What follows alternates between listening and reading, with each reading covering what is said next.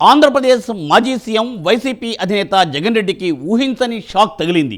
జగన్పై నమోదైన CBI, ED కేసులను వేగంగా విచారించాలని తెలంగాణ హైకోర్టులో మాజీ ఎంపీ హరిరామజోగయ్య గతంలో పిటిషన్ దాఖలు చేశారు.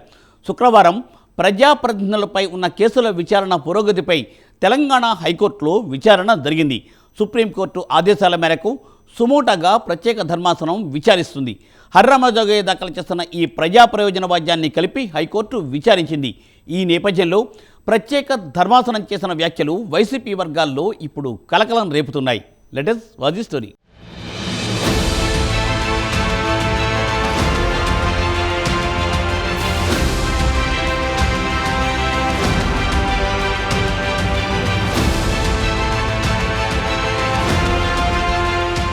ప్రజాప్రతినిధులపై కేసుల విచారణ పురోగతిపై తెలంగాణ హైకోర్టులో విచారణ జరిగింది.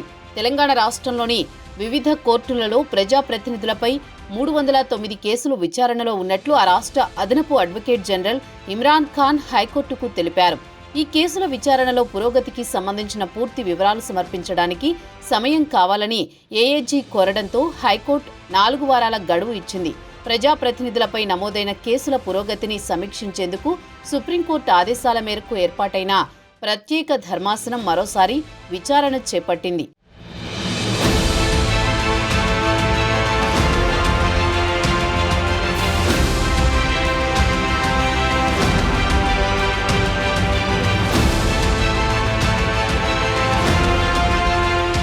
తాత్కాలిక ప్రధాన న్యాయమూర్తి justice Sujoy Paul, justice T Vinod కుమార్లతో కూడిన ధర్మాసనం విచారణ నిర్వహించింది. జగన్పై సిబిఐ, ఈడీ కోర్టులలో నమోదైన కేసులు వేగవంతంగా విచారించేలా ఆదేశాలు జారీ చేయాలని మాజీ ఎంపీ హరిరామజోగయ్య దాఖలు చేసిన ప్రజా ప్రయోజన వ్యాజ్యాన్ని కలిపి విచారించారు. మాజీ సీఎం జగన్పై నమోదైన కేసులను వేగంగా విచారించాలని హైకోర్టు 2023లో ఆదేశించినా ఇప్పటికీ పూర్తి కాలేదని, రోజువారీ విచారణ జరిపేలా ఆదేశించాలని హరిరామజోగయ్య తరపు న్యాయవాది కోరారు.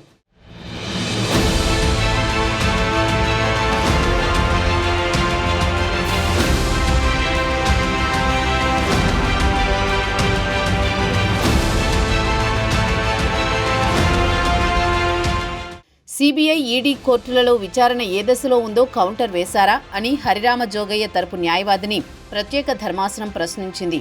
ప్రజాప్రతినిధులపై ఉన్న కేసులకు సంబంధించి మార్చి 31వ తేదీ వరకు ఉన్న పురోగతిపై కౌంటర్ దాఖలు చేయాలని ఏఏజీని ఆదేశిస్తూ తెలంగాణ హైకోర్టు విచారణ వాయిదా వేసింది.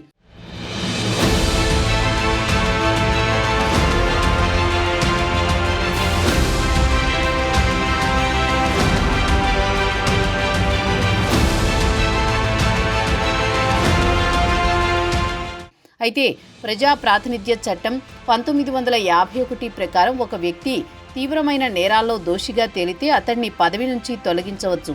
కానీ అమలు విషయంలో మనం జాప్యం చేస్తున్నాం. ఇప్పటికే దేశవ్యాప్తంగా 5,000కు పైగా నేరపూరిత చరిత్ర కలిగిన ప్రజాప్రతినిధుల కేసులు వివిధ కోర్టులలో పెండింగ్లో ఉన్నాయి.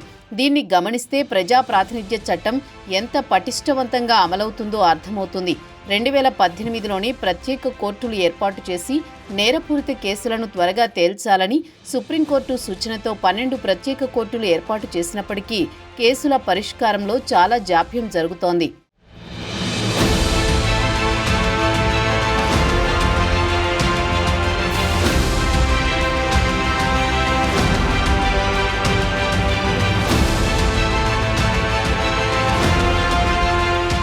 కాగా గత 10 ఏళ్లుగా ఒక్క డిశ్చార్జ్ అప్లికేషన్ కూడా డిస్పోజ్ చేయలేదు. ఈ వ్యవహారంలో సిబిఐ నిందితులు ఇద్దరూ కూడా కుమ్మక్కై ఒక్క అడుగు కూడా కదలనీయట్లేదని ఆరోపణలు వినిపిస్తున్నాయి. ప్రతి శుక్రవారం జగన్ కోర్టుకు హాజరు కావాల్సి ఉంది. కానీ గతంలో ఆయన సీఎంగా ఉన్న కారణంగా సాకులు చెబుతూ వచ్చారు. తాను కోర్టుకు హాజరైతే పాలనాపరంగా ఇబ్బందులు వస్తాయని చెప్పుకొచ్చారు. మరి ఇప్పుడైనా జగన్ కోర్టుకు హాజరవుతారా, లేక ఇలానే సాకులు చెప్పి తప్పించుకుంటారా? కుంటి సాకులకు కోర్టు ఎలా రియాక్ట్ అవుతుందో చూడాలి మరి.